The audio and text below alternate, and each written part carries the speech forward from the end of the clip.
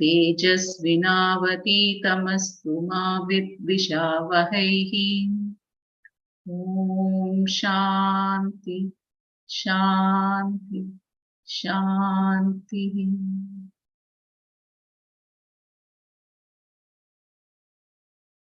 जय गुरु।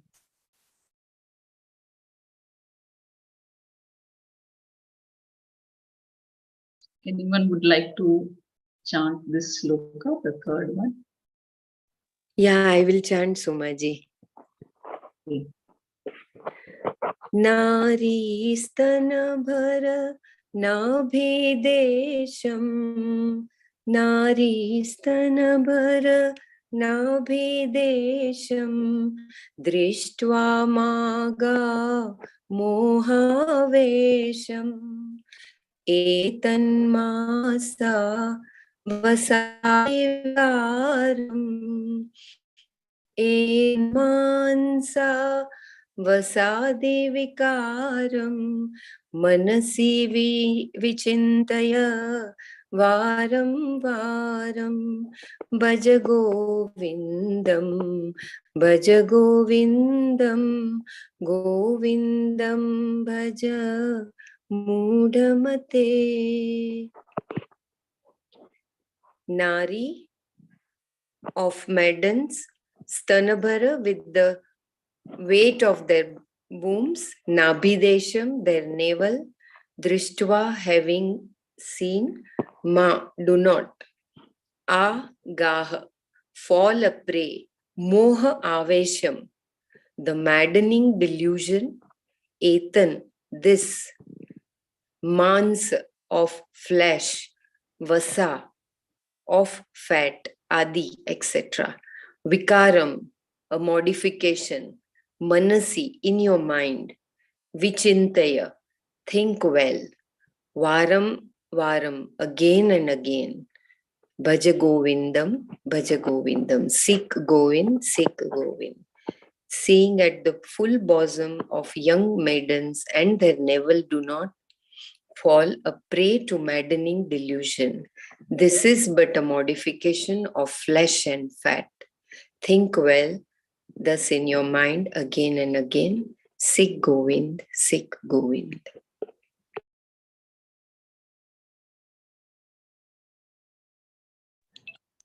In the previous stanza, a true seeker is advised to give up all covetousness for the wealth of the world. And here he is advised to give up lusty passions for women. From the days of the Upanishad to our own times, we find in all masters this constant warning against wealth, kanchana, and women, kamani. No insult is meant to either. This is a statement of scientific truth. All intelligent living creatures have these two irresistible urges to possess more wealth and to enjoy women. This reminds me of organ meditation that we do in advanced course.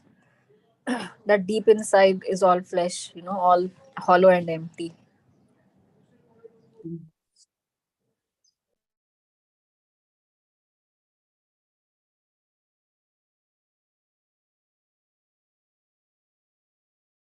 All living organisms in the world move towards the one great harbor, seeking peace and harmony. All are always instinctively whipped up by two definite urges, to escape pain and to attain happiness. It is only to end all anxieties and sense of insecurity that man runs after wealth, and to him possessions are barricades against his enemy, fear, against the besieging troops of uncertainties in life. Man builds imaginary fortresses around him with money and wealth.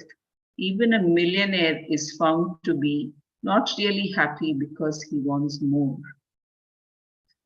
When he feels relatively a little secure from fears, he feels fully the other urge, more and more power. That is, for the attainment of happiness. It is under this urge that man readily falls to the irresistible enchantments of the flesh and runs after the bosom of women. Here, the statements of man's natural attraction to women must be understood to include woman's equally natural attraction to man. In both the cases, sorrow alone is the ultimate destination where they both reach hand in hand. Biologically, nature has made man and woman with a natural affinity for the charms of the opposite sex. This natural urge is to be controlled, disciplined, purified, and sublimated.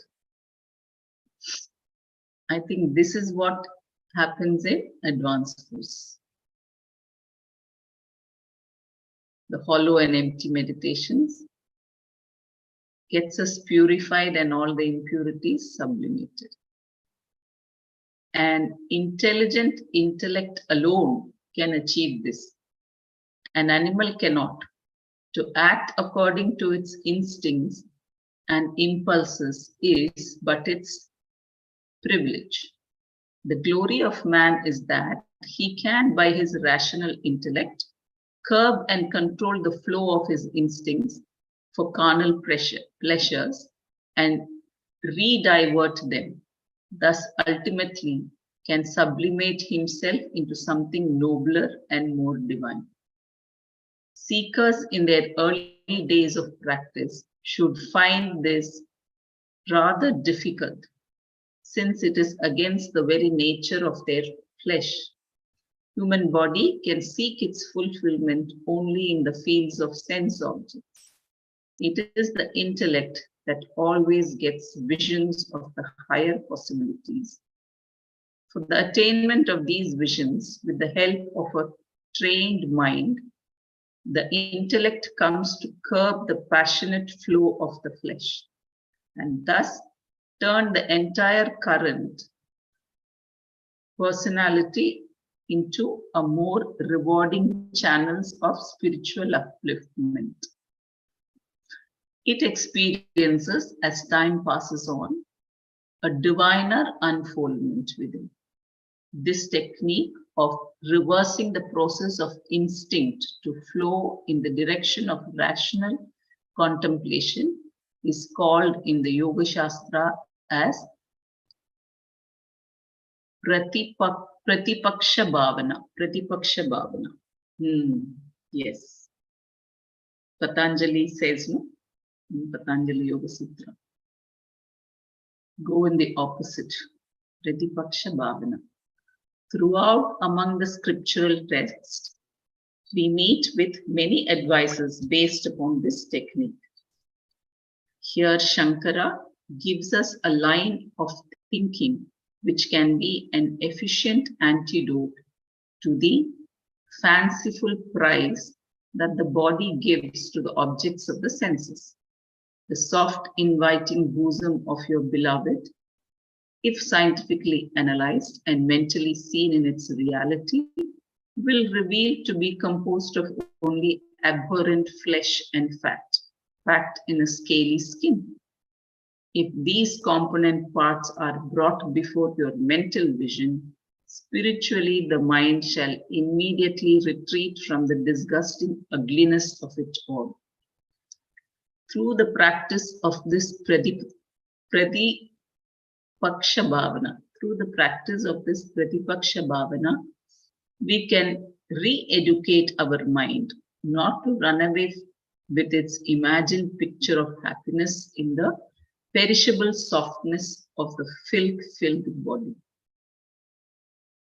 Shankara, thus, with the very opening stanzas of Bhajagovindam, cures the student of his two most powerful fascinations, his thirst for wealth and his instinctive hunger for flesh. When these two are eliminated from a personality, it will have no more fuel to jerk it out of the outer fields of its enchantments. This cannot come about very readily.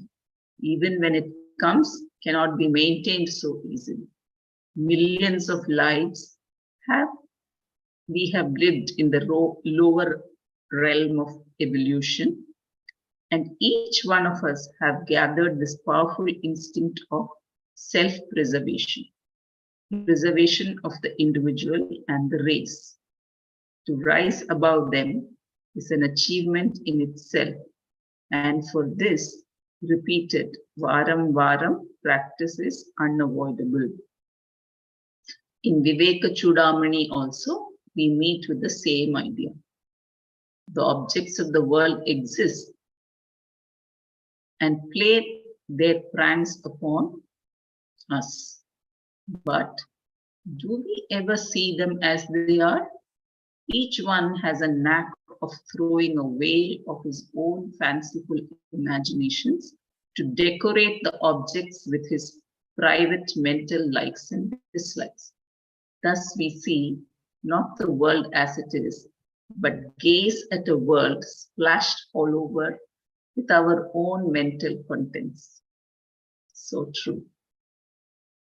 Through close observation, diligent inquiry, scientific analysis, we can remove the unnatural color that we have thrown upon the objects around us and see them in their native beauty and in their natural forms.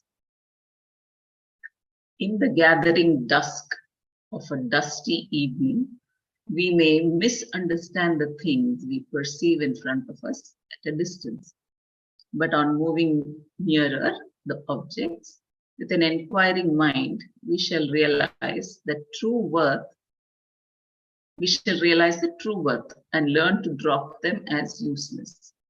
Money and women in themselves are not a threat to man, but in our false imaginations, we give them both a ridiculously inflated value, and striving for their sake, we come to lay waste our powers.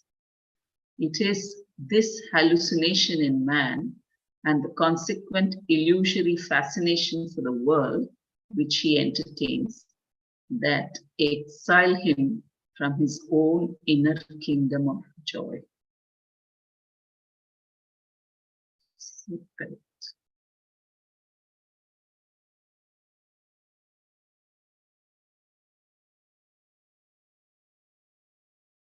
Anyone wants to share anything?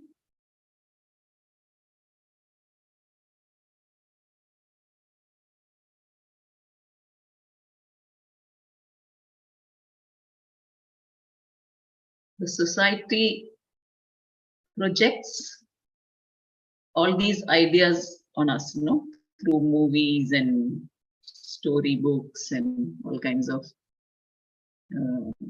ideas about achievement and wealth and all that. So the society has a very powerful influence on us with that idea of wealth and power and lust and greed and all that.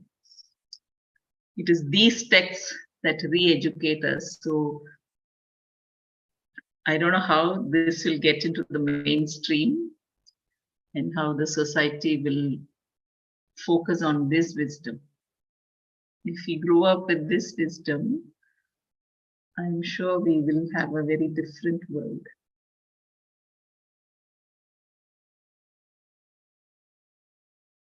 We are very lucky to get this at least now.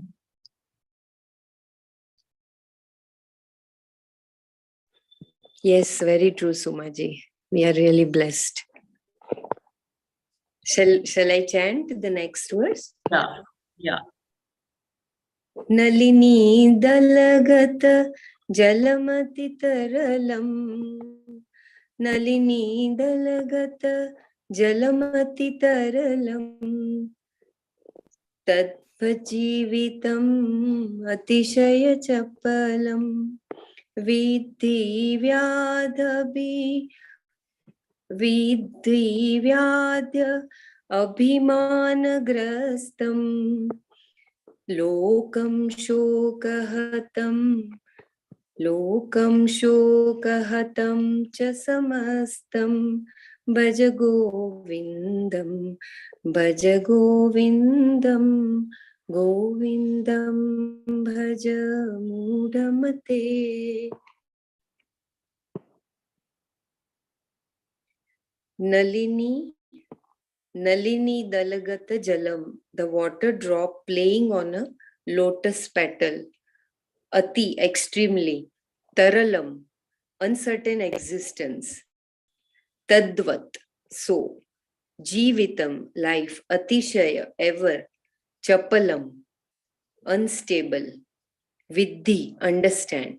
Vyadhi, abhiman, grastam, consumed by disease and conceit. Lokam, the world. Shok, with pangs. Hatam is riddled, beset. Cha and samastam, whole. Bhajagovindam, seek Govind. The water drop playing on a lotus petal has an extremely uncertain existence. So also is life ever unstable. Understand the very world is consumed by disease and conceit and is riddled with pangs. Seek Govind.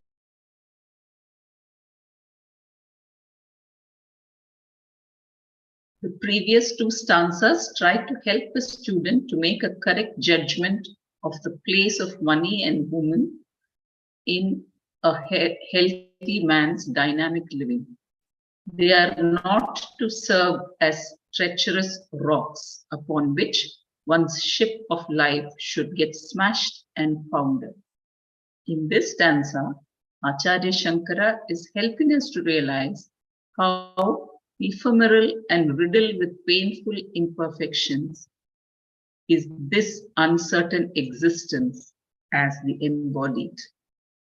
With all the resources that are ever at the command of a great poet, Shankara sees a human life as uncertain as a minute particle of water trembling at the tip of a lotus petal.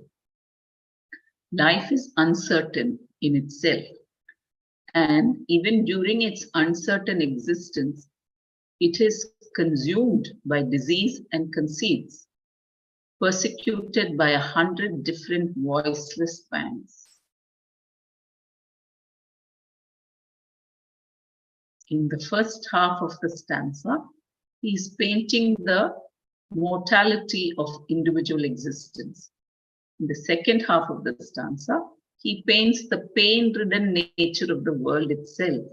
This is a typical example of Pratipaksha Bhavana upon the individual and total life. So our first knowledge point, no? Opposite values coexist and they are complementary.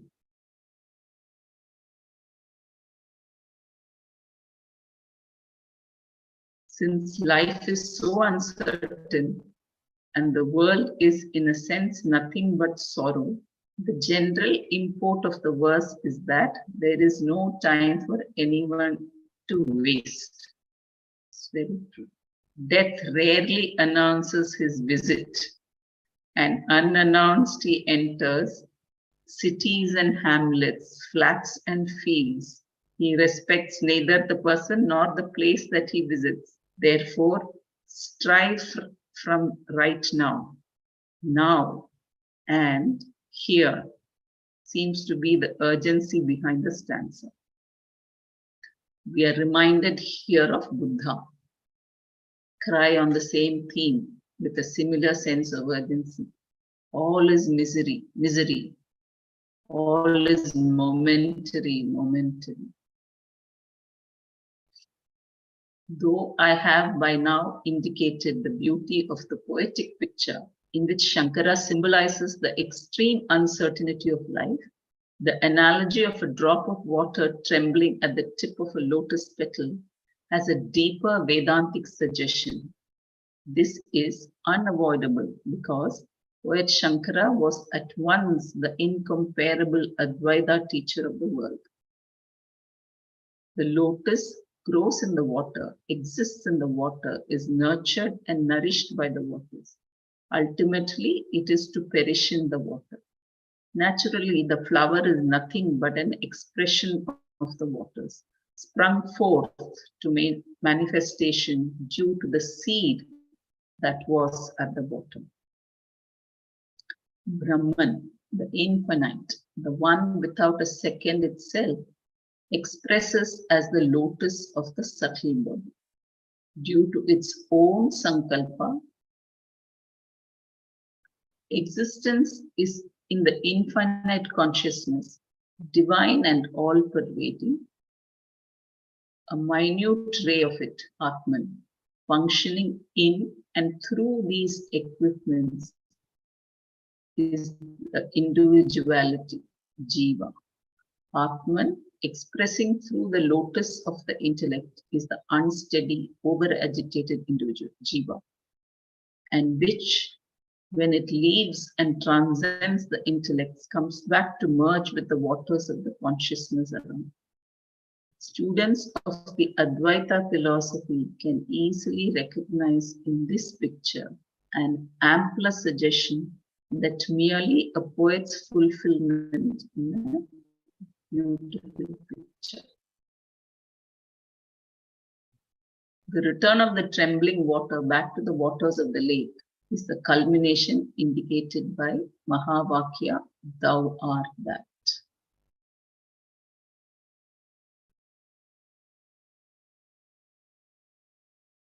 Any thoughts on the fourth verse?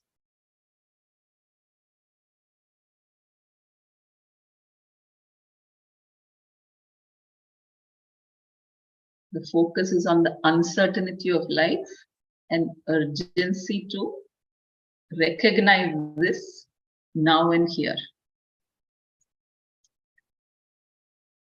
and seek Govind.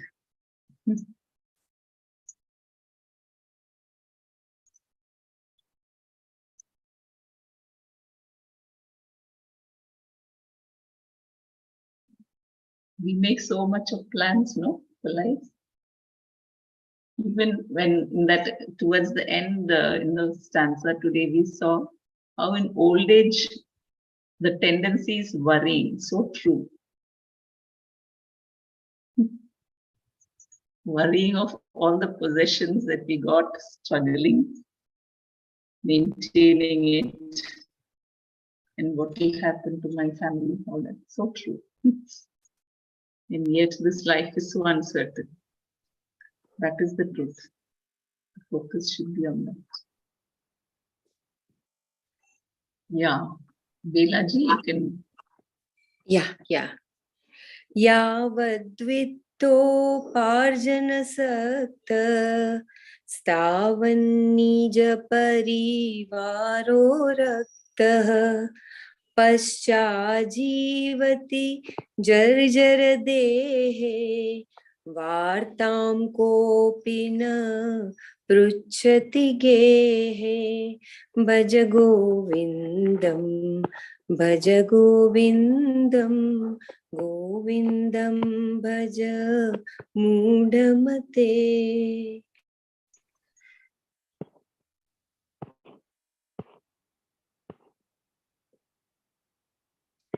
Yavat, as long as, with of wealth, uparjan, to earn, saktah is bent upon, has the ability, tavat, so long, nijparivarah, your dependents, raktah, attached to you, paschat,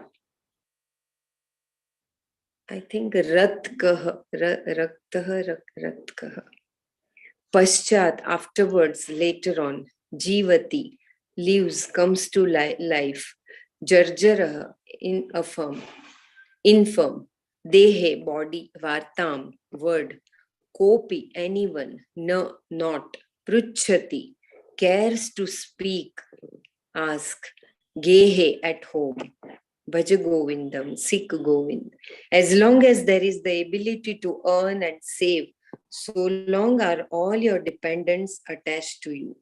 Later on, when you come to live with an old, infirm body, no one at home cares to speak even a word with you. Sikh Govind, Sikh Govind.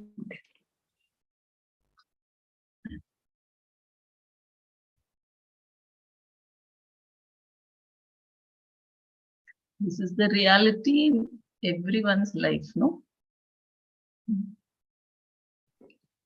Yeah, very true. As an animal, man is essentially selfish. He will not generally give without hopes of getting. Nothing for nothing seems to be the law that governs nature. This being a universal law, ordinarily, even intimate relations and dear and near ones are differential towards the earning, saving member of the family. This has been observed at all levels of relationship. A man and wife, father and son, brother and sister. In short, in all human relationships, one who's capable of earning and saving alone is with due reverence respected and adored by others around. We have some hope of being benefited by a share of his saving. It is a popular cry that money is respect and that money can purchase anything. And indeed, this is true.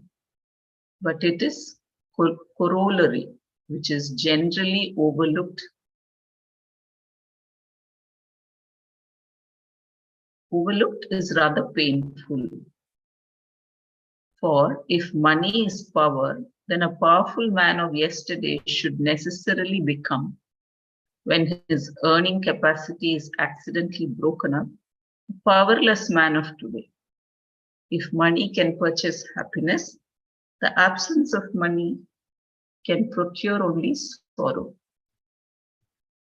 Here, the capacity to earn and save, Vitta Jana Shakti, should be taken in its wildest scope, since wealth, Vittam, embraces in its meaning all things that can add to human happiness.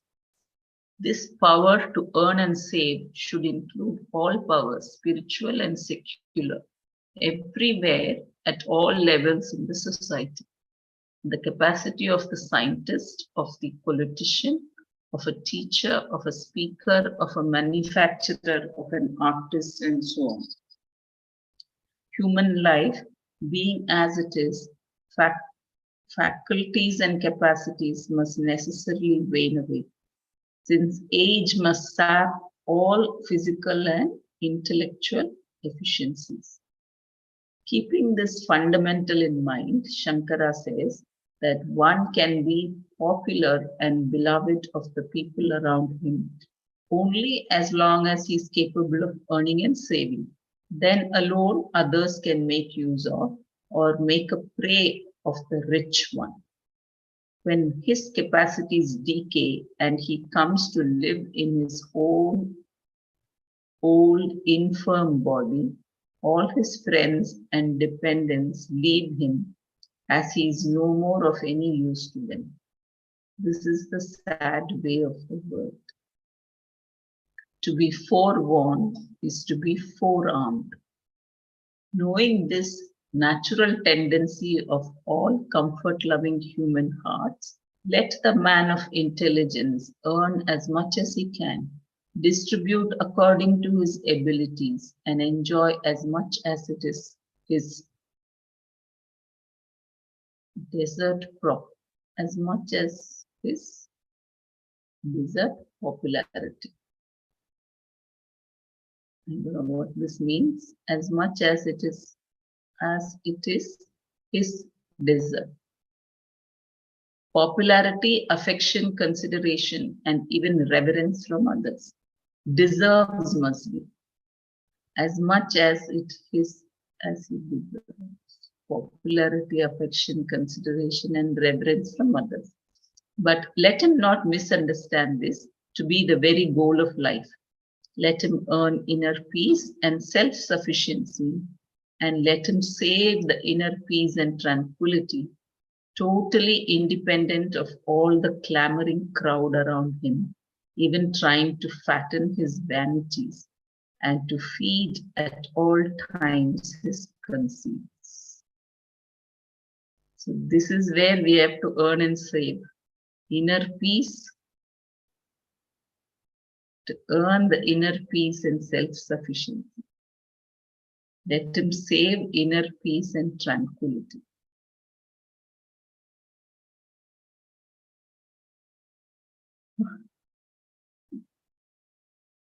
So nice.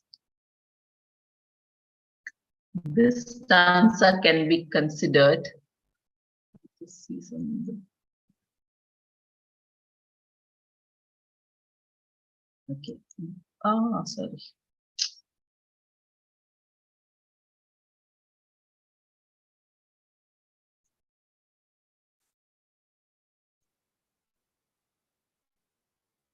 This stanza can be considered as providing for the seeker the Pratipaksha Bhavana against vanities of life.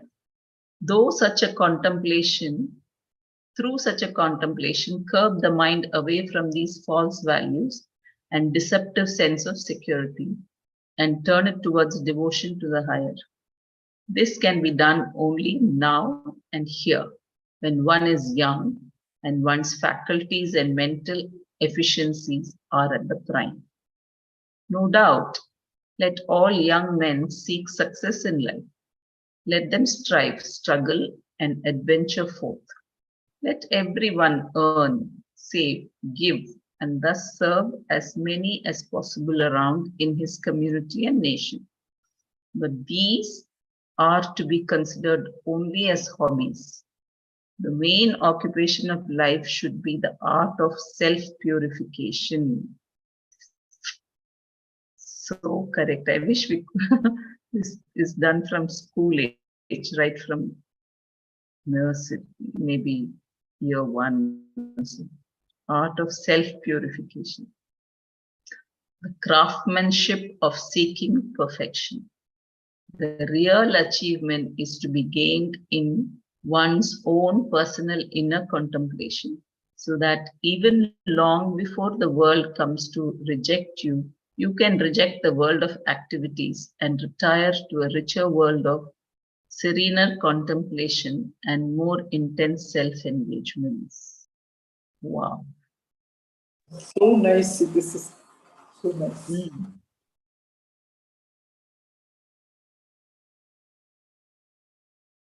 Okay.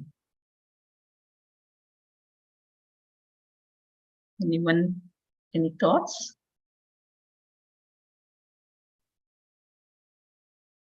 Shankara just shuts, Yeah, it really. brings your focus on what is important. Now do it, now and here. Shut yourself from this world. He doesn't say shut yourself from the world. He says know that the world is a trap and know what is the truth and focus on that. We can't shut ourselves from the world, can we? Yeah. With awareness, you have to reject unwanted things. Yeah, correct. And consider them So, as hobbies. Worldly affairs, consider them as hobbies. Not the main yeah. thing. That is So very nice. nice. We never thought of it like that, no? We thought that was life. That was the main thing. And okay, this is so spiritual path should be the main, and the rest is all hobbies. Yeah. See, even Gurudev says, Antarmukhi Sada Sukhi, number one. Then he says, when you get bored, inside sometimes, you just come out and just play around, again go back to your inner, sanctuary. Yeah. So, Yeah, as soon as we But come out, we we agree. realize. Huh? As soon as we No, come go out ahead. in the world to play, we realize, staying inwards is so peaceful. So coming out is also important, as Gurudev says. Go and experience and then come back. That is when we know this Pratipaksha Bhavana. We need And to the world come is back there to to the world. sorry, yeah, Yeah, correct. The world is there to experience. actually show us our impurities. Yeah. If you're constantly observing yourself, you will know, oh, I'm still impure in these areas. You will know that. So And we need to learning. communicate the world. Yeah. Learn good also, as well as, our shortcomings, as well as goodness also from the world. Yeah, correct. Yeah.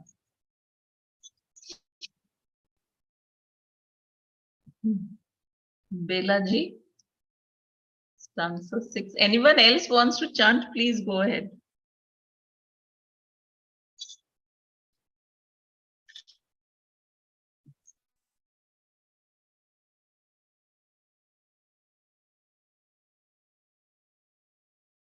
Belaji is left, I think. So Yeah, Sheila would you yes. like to? Yeah, the 6th one. यावत् पवनो निवसति देहे तावत् पृच्छति कुशलं गेहे गतवती वायौ देहापाये भार्या बिम्भति तस्मिन् काये भज गोविन्दम् गोविन्दं भज मूढमते.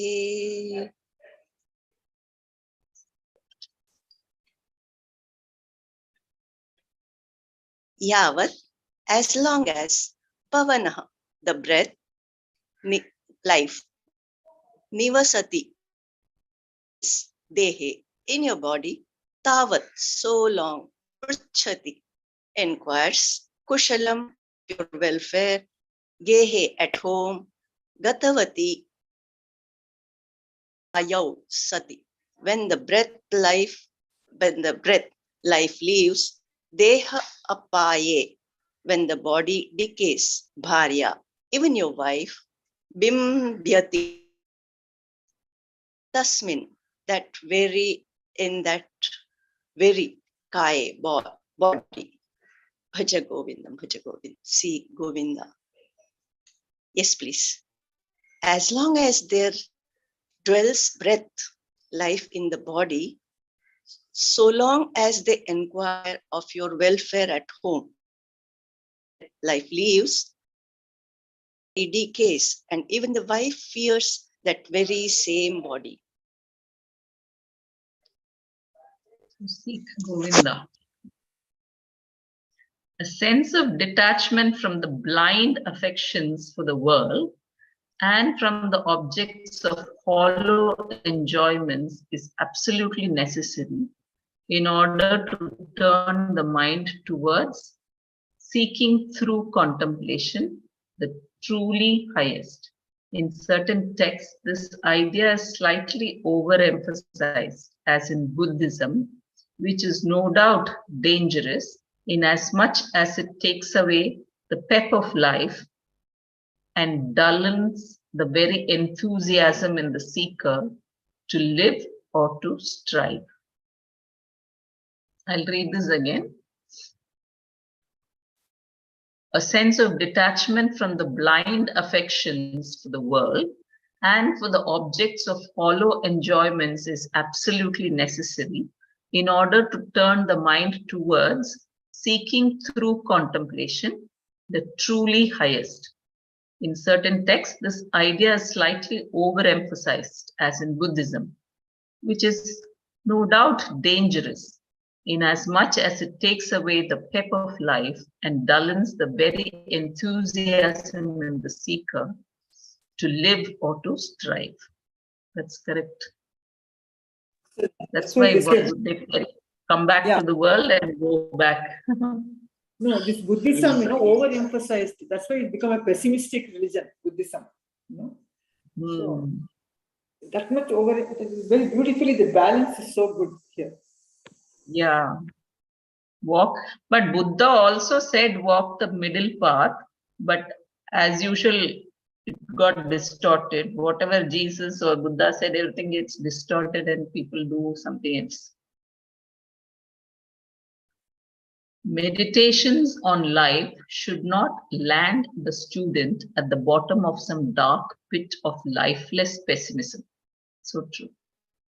At the same time, he should not be blindly optimistic about the worldly achievements and the brittle vanities of life.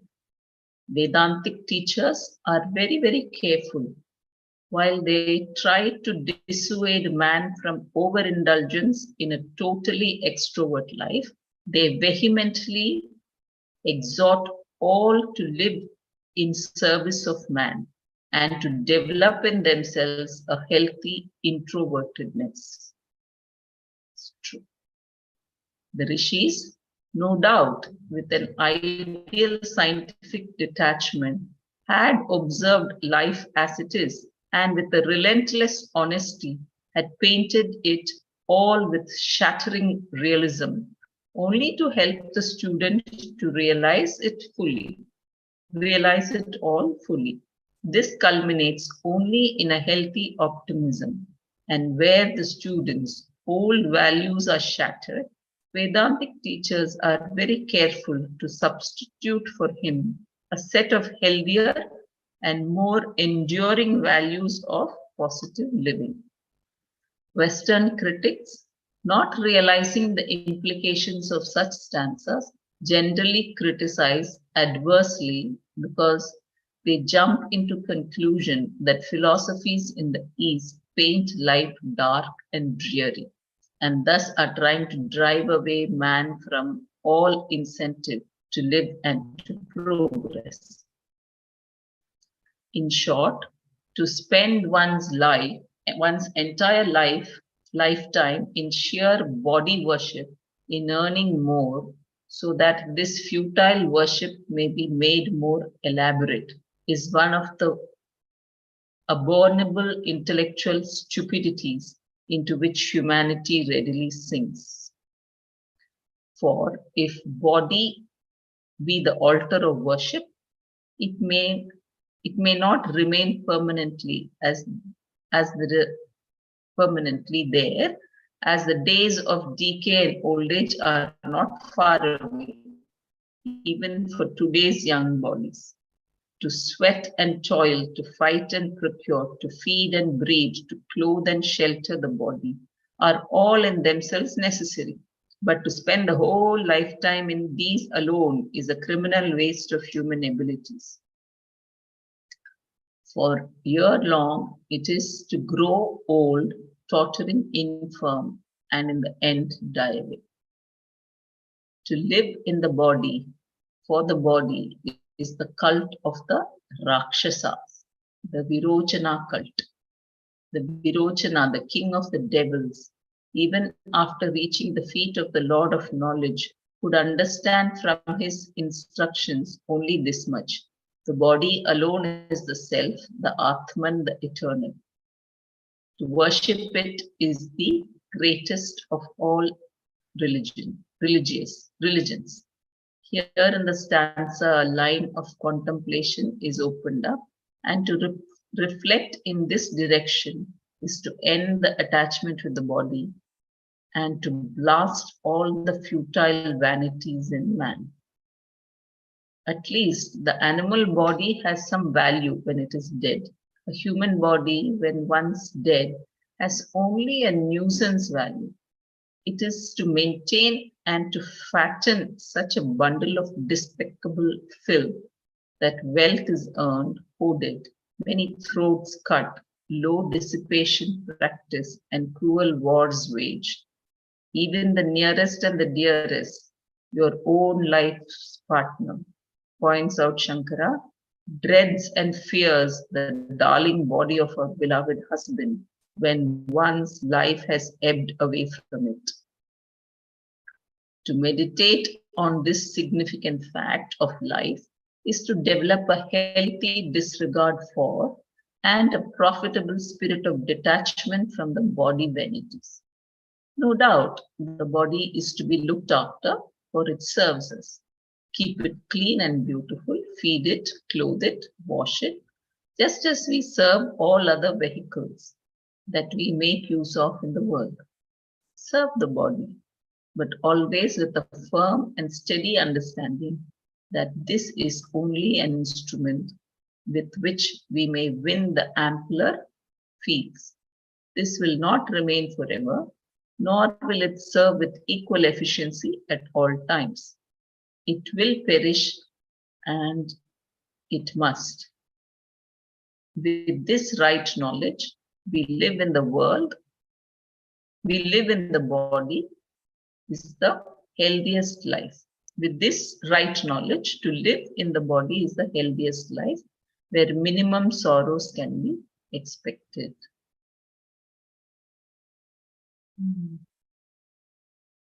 So really we need to be so observant of everything that we do. Because the world outside is bombarding us with things for the body, wealth, etc. So a lot of awareness and swadhyaya and acting in the right direction is also essential. It's very easy to say, but we are all creatures of our habit. So, yeah, wherever we succeed, good.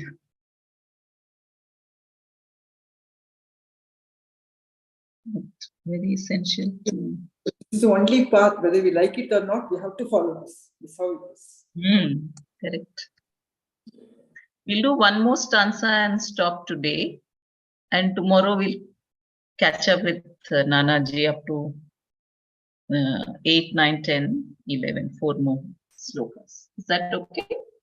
So we'll do a short, maybe 1 hour session tomorrow. What do you think? Yeah, good idea. Okay, so Sheila ji, you can do the 7th sloka. Yes, please. Jai Gurudev. Balastavat क्रीडासक्तः तरुणस्तावत् तरुणीसक्तः वृद्धास्तावत् चिन्तासक्तः परसे ब्रह्मणि कोऽपि नासक्तः भज गोविन्दम् भज गोविन्दम् गोविन्दं भज मूढमते बालः तावत्. So long as one is in childhood, krida towards play, to play. Asaktah, one is attached. Tarunah tavat, a youth, so long as one is in youth. Taruni, towards young women, towards passion. Saktah, one is attached. Vruddha tavat, so long as one is old, an old man. Chinta, towards anxiety. Asaktah, one is attached. Parase, to the supreme. Brahmani, Brahman. Kah api, anyone, alas. Kopina, one who is seen. Saktah, attached. So long as one is in one's boyhood, one is attached to play. So long as one is in youth, one is attached to one's own young women, passion. So long as one is in old age, one is attached to anxiety, pang. Okay. No one, alas, to the Supreme Brahman is attached. Ever Correct. seen? So My nice. good. This is so powerful, no? Yes.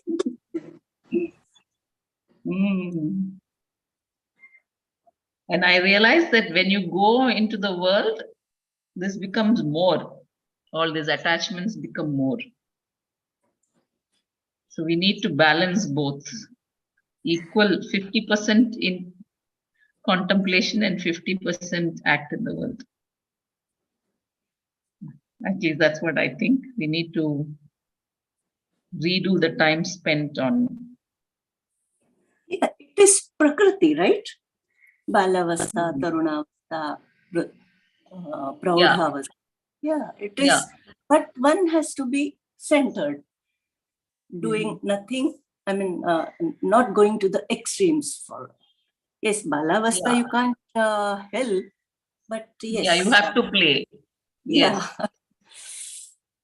All this is correct, but this word, the attachment, that is where we have to focus on and get into dispassion.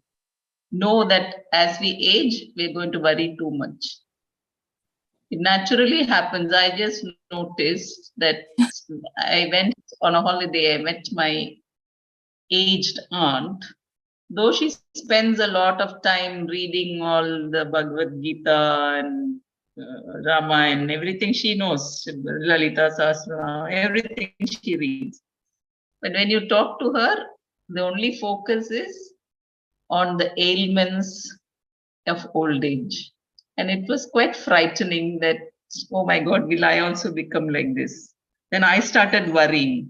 And when I came to this sloka today, Nanaji said, no, as you age, one's attachment is to anxiety.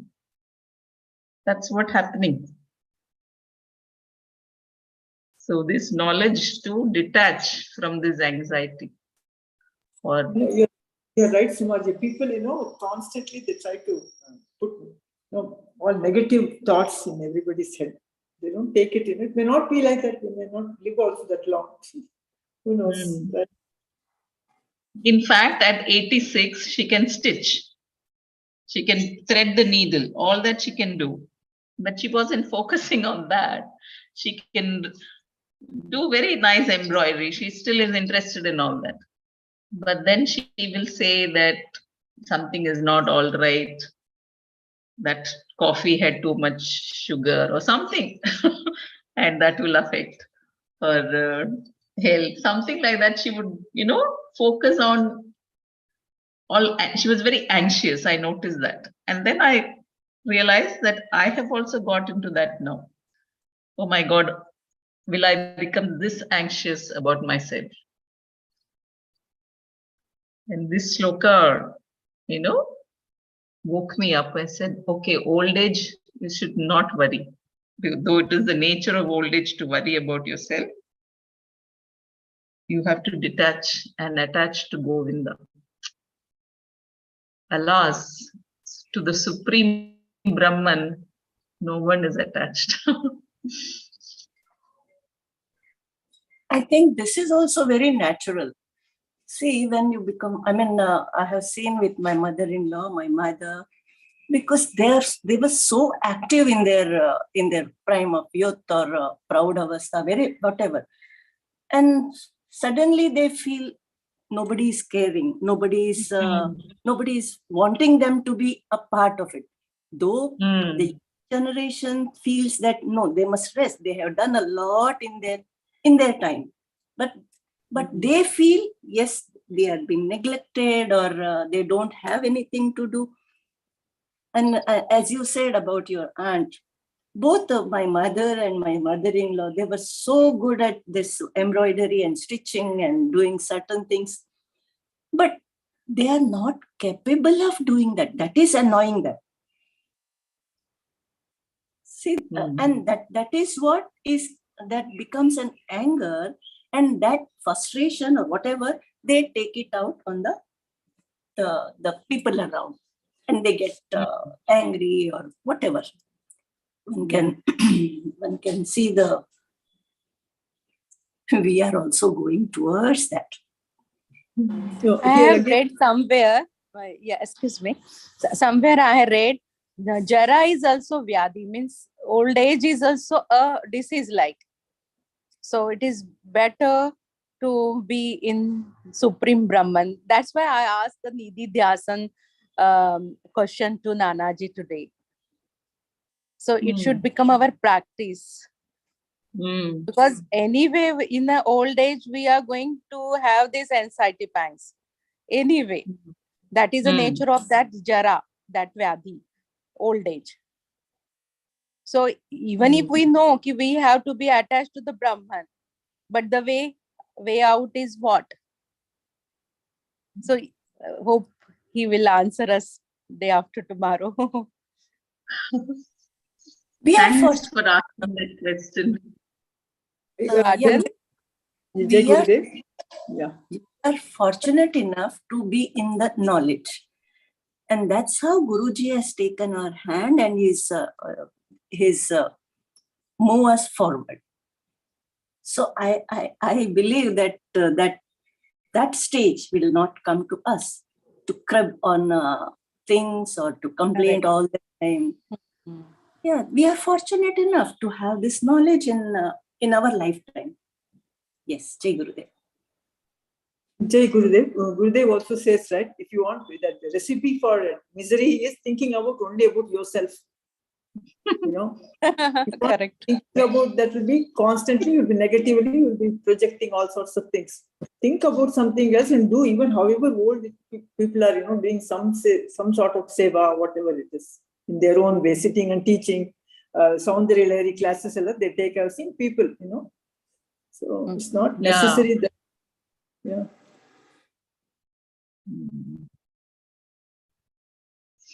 Okay, I'll just read this. Life is short. Long is the pilgrimage. High above the clouds, veiled by them, rise the peaks of perfection that are to be scaled.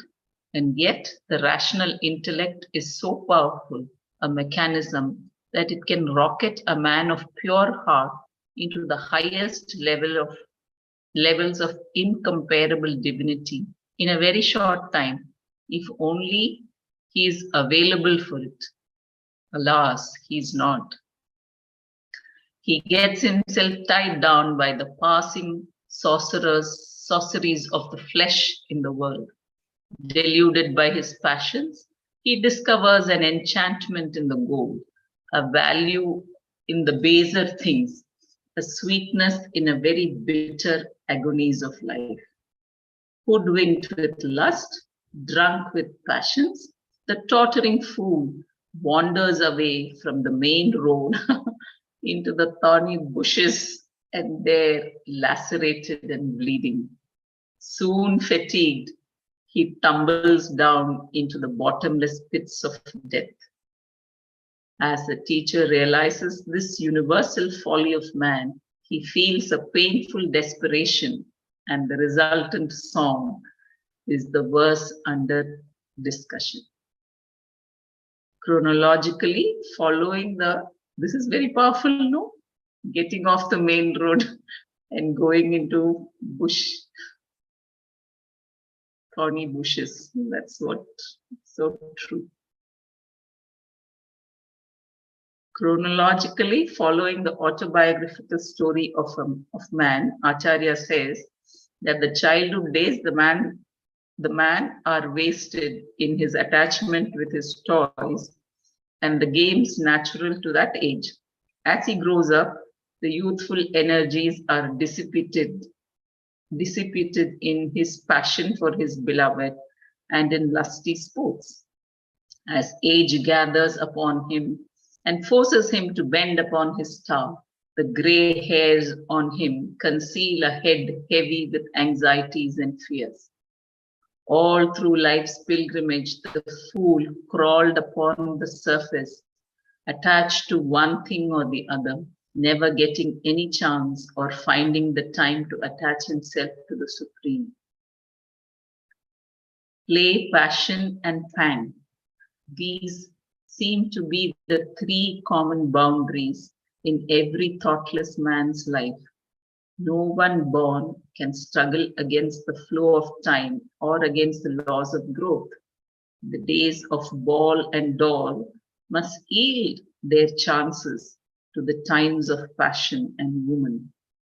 And then at the evening of life, he arrives to live his worries and anxieties regarding himself and others depending on him.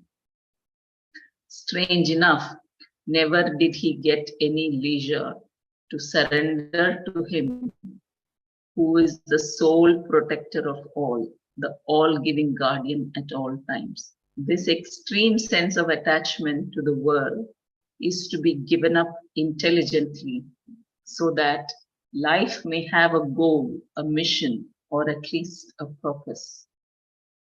This extrovertedness is natural to all living creatures, but in man, this is inexcusable.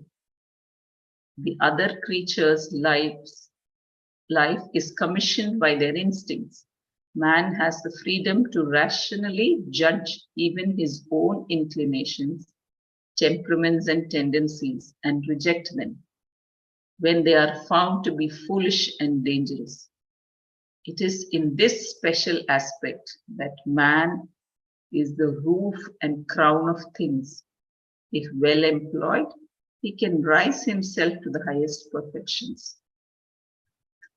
Around us in the world, we find man is never idle, but is ever active.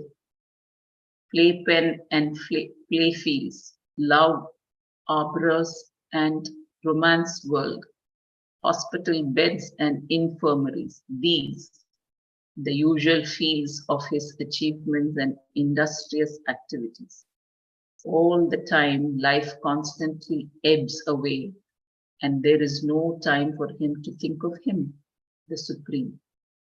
Kathopanishad indicates that the very Creator had made man's sense organs turn outward so that he lives generally at the sense level and can feel a sense of fulfillment only in sense indulgences. It is only some rare ones see the glorious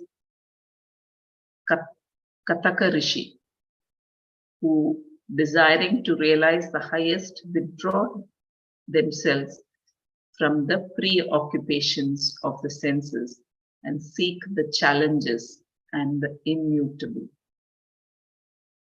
To be attached to the Lord is to learn to withdraw from the usual fields of pain-ridden sorrows, the ephemeral gains, and the shocking losses. To turn to God is to attach ourselves to Him, and by this attachment, any sincere seeker can bring about an efficient detachment from the ever-changing realms of objects.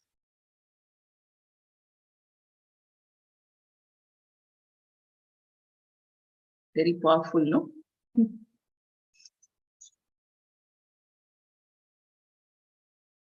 So we just thank you, Sheila ji, for sharing that thing that Gurudev, we are attached to Gurudev, so he will not let us fall. Gurudev also says, as long as you are in the cart, I am pulling it. So don't get off the cart.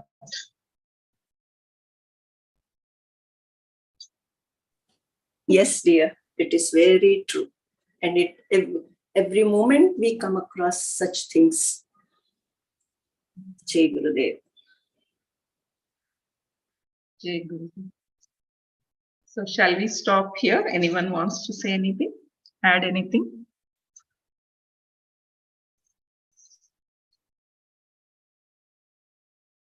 Okay, so tomorrow we'll meet at the same time. We probably will have only the first session. We'll complete the next 4 shlokas of bhajagovindam. Okay.